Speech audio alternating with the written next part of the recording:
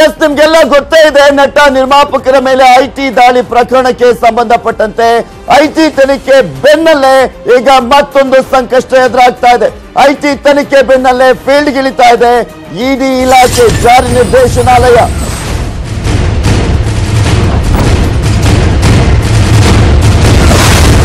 ಮೊನ್ನೆ ಅಷ್ಟೇ ಐಟಿ ಇಲಾಖೆಯ ಅಧಿಕಾರಿಗಳು ನಟರು ಮತ್ತು ನಿರ್ಮಾಪಕರ ಮನೆಗಳ ಮೇಲೆ ದಾಳಿಯನ್ನ ನಡೆಸಿದ್ರು.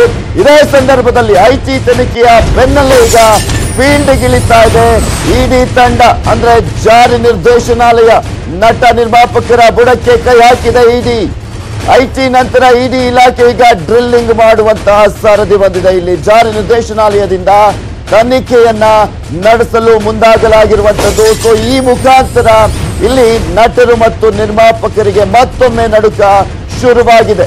ಆದಾಯ ತೆರಿಗೆ, ಹಣಕಾಸು ವ್ಯವಹಾರಗಳು, ಹಾಗೆ ಹೂಡಿಕೆ ಮತ್ತು ತೆರಿಗೆ ವಂಚನೆ ಬಗ್ಗೆ ಮಾಹಿತಿಯನ್ನ ಪಡೆದುಕೊಂಡಿದ್ದಾರಂತೆ ಇಡಿಯ ಅಧಿಕಾರಿಗಳು.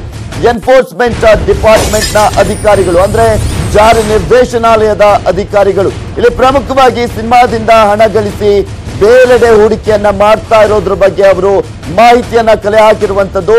ಈಗಾಗಲೇ ಐಟಿಯಿಂದ ಮಾಹಿತಿಯನ್ನ ಪಡೆದಿದ್ದಾರೆ ಇಡಿ ಇಲಾಖೆಯ ಅಧಿಕಾರಿಗಳು. ಇಲ್ಲಿ ಪ್ರಮುಖವಾಗಿ ಸಿನಿಮಾದಿಂದ ಬಂದಂತ ಹಣವನ್ನ ಬೇರೆಡೆ ಹೂಡಿಕೆ ಮಾಡ್ತಿರೋದ್ರ ಬಗ್ಗೆ ಮಾಹಿತಿಯನ್ನ ಕಲೆ ಹಾಕಿದ್ದಾರಂತೆ. ಬೇರೆ ಕಡೆ ಹೂಡಿಕೆ ಮಾಡಿ ತೆರಿಗೆಯನ್ನ ವಂಚಿಸ್ತಾ ಇರುವ ಬಗ್ಗೆ ಅವರಿಗೆ ಮಾಹಿತಿ ಲಭ್ಯವಾಗ್ತಾ ಇದೆಯಂತೆ. ಸ್ಟಾರ್ ನಟ ನಿರ್ಮಾಪಕರಿಂದ ಭಾರಿ ತೆರಿಗೆ ವಂಚನೆಯನ್ನ ಮಾಡಲಾಗ್ತಾ ಇದೆಯಾ?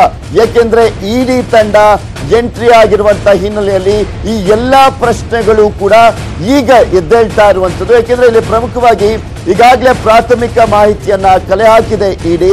ಐಟಿ ಇಲಾಖೆ ದಾಳಿಯನ್ನ ನಡೆಸಿದಂತಹ ಸಂದರ್ಭದಲ್ಲಿ ಸತತವಾಗಿ ಆಲ್ಮೋಸ್ಟ್ ಕೆಲವೊಂದು ನಟರು ನಿರ್ಮಾಪಕರುಗಳ ಮನೆಗಳ ಮೇಲೆ 3 ದಿನಗಳ ಕಾಲ ರೇಡ್ ಅನ್ನ ಮಾಡಿ ಮಾಹಿತಿಯನ್ನ ಸಂಗ್ರಹಿಸಿ ದಾಖಲೆಯನ್ನ ಪರಿಶೀಲಿಸಿ ಈಗ ಆಲ್ರೆಡಿ ಅವರನ್ನ ಮತ್ತೊಮ್ಮೆ ತಮ್ಮ ಇಲಾಖೆಗೆ ಕರೆಸಿಕೊಂಡು ವಿಚಾರಣೆಯನ್ನ ಕೂಡ ನಡೆಸಿತ್ತು. ಇನ್ನು ಇಡಿ ತಂಡ ಅವರ ಅಂದ್ರೆ ಮಾಹಿತಿಯನ್ನ ಕಲೆ ಹಾಕಿದೆ ಐಟಿ ಇಲಾಖೆಯ ಬಳಿ. ಐಟಿ ಕಚೇರಿಗೆ ಭೇಟಿ ನೀಡಿ ಮಾಹಿತಿಯನ್ನ ಪಡೆದಿದ್ದಾರೆ ಇಡಿ ಅವರು.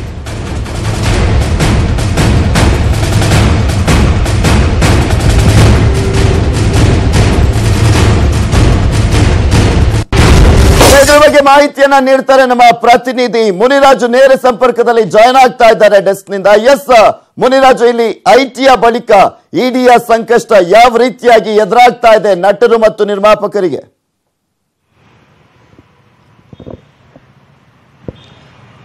ಪೃಥ್ವಿರಾಜ್, ಏನು ಸ್ಯಾಂಡಲ್ವುಡ್ನ ನಟ ಮತ್ತೆ ನಿರ್ಮಾಪಕರ ಮೇಲೆ ಒಂದು ಐಟಿ ರೈಡ್ ಆಗಿತ್ತು. ಈ ಐಟಿ ರೈಡ್ ಬಳಿಕ ಈಗ ಇಡಿ ಅಧಿಕಾರಿಗಳು ಸಹ ಒಂದು ತನಿಖೆಯನ್ನು ಮುಂದುವರಿಸೋದಕ್ಕೆ ಒಂದು ಮುಂದಾಗಿದ್ದಾರೆ. ಅದರಲ್ಲೂ ಪ್ರಮುಖವಾಗಿ ಏನು ಇತ್ತೀಚೆಗಷ್ಟೇ ಅವರ ಮನೆಗಳ ಮೇಲೆ ರೈಡ್ ಮುಗಿದ ಬಳಿಕ ಅವರ ಮನೆಯಲ್ಲಿ ಸಾಕಷ್ಟು ದಾಖಲೆ ಪತ್ರಗಳು, ಕಾಗದಗಳು ಮತ್ತೆ ಆಸ್ತಿ ಪತ್ರಗಳು ಮತ್ತೆ ಹೂಡಿಕೆಗಳಿಗೆ ಸಂಬಂಧಪಟ್ಟಂತ ಎಲ್ಲ ಒಂದು ಇನ್ಫಾರ್ಮೇಶನ್ಸ್ ಮತ್ತೆ ಡಾಕ್ಯುಮೆಂಟ್ಸ್ ಅನ್ನ ಐಟಿ ಅಧಿಕಾರಿಗಳು ತಮ್ಮ ಕಚೇರಿಗೆ ಕೊಂಡೊಯ್ದಿದ್ರು. ಅಲ್ಲಿ ತಪಾಸಣೆ ಮಾಡಿದ ಬಳಿಕ ಇಡಿ ಅಧಿಕಾರಿಗಳಿಗೂ ಸಹ ಒಂದು ಮಾಹಿತಿಯನ್ನು ಅವರು ರವಾನೆ ಮಾಡಿರ್ತಾರೆ. ಈ ರೀತಿಯಾಗಿ ಎಲ್ಲ ಒಂದು ಸಾಕಷ್ಟು ಪ್ರಮಾಣದಲ್ಲಿ ತೆರಿಗೆ ವಂಚನೆ ಇರ್ಬೋದು, ಹೂಡಿಕೆಗಳಿರ್ಬೋದು, ಎಲ್ಲ ಒಂದು ಮಾಹಿತಿ ಸಿಕ್ಕಿದೆ ಅಂತ ಒಂದು ಇಡಿ ಅಧಿಕಾರಿಗಳಿಗೆ ಮಾಹಿತಿಯನ್ನು ಕೊಟ್ಟಿದ್ರು. ಇದೇ ಸಂದರ್ಭದಲ್ಲಿ ಇಡಿ ಅಧಿಕಾರಿಗಳು ಸಹ ಈಗ ಚುರುಕಿನಿಂದ ಒಂದು ತನಿಖೆಯನ್ನ ಕೈಗೊಳ್ಳೋದಕ್ಕೆ ಮುಂದಾಗಿದ್ದಾರೆ. ಕಳೆದ ಒಂದು ಸೋಮವಾರ ಈ ಒಂದು ಕೇಸ್ ಸಂಬಂಧಪಟ್ಟಂತೆ ಅವರನ್ನು ಸಹ ಅಧಿಕಾರಿಗಳನ್ನ ಸಂಪರ್ಕ ಮಾಡಿ ಅಲ್ಲಿ ಅವರ ಬಳಿ ಇರುವಂತಹ ಪ್ರಾಥಮಿಕ ಮಾಹಿತಿಗಳನ್ನ ಕಲೆಕ್ಟ್ ಮಾಡ್ಕೊಂಡಿದ್ದಾರೆ. ಅದನ್ನ ಕೂಲಂಕುಷವಾಗಿ ಇಡಿ ಅಧಿಕಾರಿಗಳು ಸಹ ಪರಿಶೀಲನೆ ನಡೆಸಿ ಅದ್ರ ಬಗ್ಗೆ ಯಾವ ರೀತಿ ನಾವು ಆಕ್ಷನ್ ತಗೊಳ್ಬಹುದು, ಮುಂದಿನ ನಮ್ಮ ತನಿಖೆ ಯಾವ ರೀತಿ ಇರಬೇಕು ಅನ್ನೋದ್ರ ಬಗ್ಗೆ ಸಹ ಒಂದು ತನಿಖೆ ಕೈಗೊಳ್ಳೋದಕ್ಕೆ ಮುಂದಾಗಿದ್ದಾರೆ.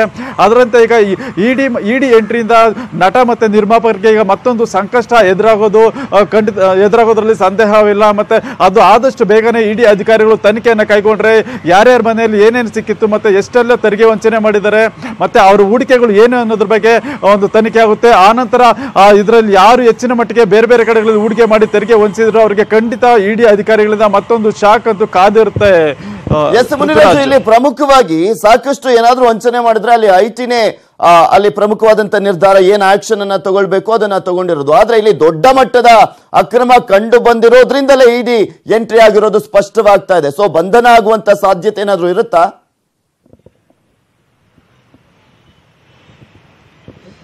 ಪೃಥ್ವಿರಾಜ್ ಒಂದು ತನಿಖೆಯ ಒಂದು ಭಾಗ ಆಗಿರುತ್ತೆ. ಯಾಕಂದ್ರೆ ಈಗಾಗಲೇ ಮೊದಲಿಗೆ 109 ಕೋಟಿಯಷ್ಟು ಒಂದು ದಾಖಲೆ ಇಲ್ಲದ ಆಸ್ತಿ ಪಾಸ್ತಿ ಪತ್ತೆ ಆಗಿದೆ ಅಂತೇಳಿ IT ಅಧಿಕಾರಿಗಳು ಒಂದು ಅಧಿಕೃತವಾಗಿ ಒಂದು ಮಾಹಿತಿಯನ್ನು ಕೊಟ್ಟಿದ್ರು. ಅದ್ರ ಮೇಲೆ ಈಗ ED ಅಧಿಕಾರಿಗಳು ಸಹ ತನಿಖೆಯನ್ನು ಕೈಗೊಳ್ತಾರೆ. ಯಾಕಂದ್ರೆ ಭಾರಿ ಪ್ರಮಾಣದಲ್ಲಿ ಕೋಟಿಗಟ್ಟಲೆ ಇಷ್ಟೊಂದು ಅಕ್ರಮ ಆಸ್ತಿ ಪತ್ತೆ ಆಗಿದೆ, ಮತ್ತೆ ಚಿನ್ನಾಭರಣ ಪತ್ತೆ ಆಗಿದೆ. ಇದೆಲ್ಲವನ್ನು ಸಹ ನೋಡಿದ್ರೆ ಎಲ್ಲೋ ಒಂದ್ ಕಡೆ ಭಾರಿ ಒಂದು ತೆರಿಗೆಯನ್ನು ವಂಚುವಂತ ಕೆಲಸ ಸಿನಿಮಾ ರಂಗದಲ್ಲಿ ನಡೀತಾ ಇದೆ. ಮತ್ತೆ ಸಿನಿಮಾಗಳನ್ನ ಬಿಡುಗಡೆ ಮಾಡಿ ನಗದು ರೂಪದಲ್ಲಿ ಹಣವನ್ನು ಸಂಗ್ರಹ ಮಾಡಿ ಆ ನಗದನ್ನ ಬೇರೆ ಬೇರೆ ಕಡೆಗಳಲ್ಲಿ ಹೂಡಿಕೆ ಮಾಡ್ತಿರೋದು ಸಹ ಈಗ IT ತನಿಖೆ ವೇಳೆ ಪತ್ತೆಯಾಗಿತ್ತು. ಇದನ್ನ ನೋಡಿದ್ರೆ ಸಾಕಷ್ಟು ಸಂಖ್ಯೆಯಲ್ಲಿ ಒಂದು ತೆರಿಗೆಯನ್ನು ವಂಚನೆ ಮಾಡಿ ಬೇರೆ ಬೇರೆ ಕಡೆಗಳಲ್ಲಿ ಇವರು ವ್ಯವಹಾರಗಳನ್ನು ಮಾಡ್ತಿದ್ದಾರೆ. ಆದ್ರೆ ಸರ್ಕಾರಕ್ಕೆ ತೆರಿಗೆ ಕಟ್ಟದೆ ಒಂದು ನಷ್ಟವನ್ನು ಉಂಟು ಮಾಡ್ತಿದ್ದಾರೆ ಅಂತೇಳಿ ಪ್ರಾಥಮಿಕ ತನಿಖೆಯಲ್ಲೇ ಗೊತ್ತಾಗಿತ್ತು. ಆದ್ರಿಂದ ಈಗ ED ಅಧಿಕಾರಿಗಳು ಸಹ ಅವರು ಎಂಟ್ರಿ ಕೊಟ್ರೆ ಅವರು ಮೊದಲಿಗೆ ಮಾಡೋದು FIR ಮಾಡ್ಕೋತಾರೆ. FIR ಮಾಡ್ಕೊಂಡು ಆನಂತರ ಒಂದು ಇನ್ವೆಸ್ಟಿಗೇಷನ್ ಅನ್ನ ಮಾಡ್ತಾರೆ. ಈ ವೇಳೆ FIR ಮಾಡಿದ ಸಂದರ್ಭದಲ್ಲಿ ಇವ್ರಿಗೆ ಏನು ನಟರಿರ್ಬೋದು ಮತ್ತೆ ನಿರ್ಮಾಪಕರಿರ್ಬೋದು ಇಬ್ಬರಿಗೂ ಸಹ ಒಂದು ಸಂಕಷ್ಟ ಎದುರಾಗುತ್ತೆ. ಯಾಕಂದ್ರೆ FIR ದಾಖಲಾದ ನಂತರ ಅದು ಕೋರ್ಟ್ ಕಚೇರಿ ಅಂತ ಎಲ್ಲವೂ ಸಹ ಓಡಾಡಬೇಕಾಗುತ್ತೆ. ತನಿಖೆಗಳಿಗೂ ಸಹ ಪದೇ ಪದೇ ಓಡಾಡ್ತಾ ಇರಬೇಕಾಗುತ್ತೆ. Prithviraj, okay, thank you Muniraju ನಿಮ್ಮೆಲ್ಲ ಡೀಟೇಲ್ಸ್ಗಾಗಿ.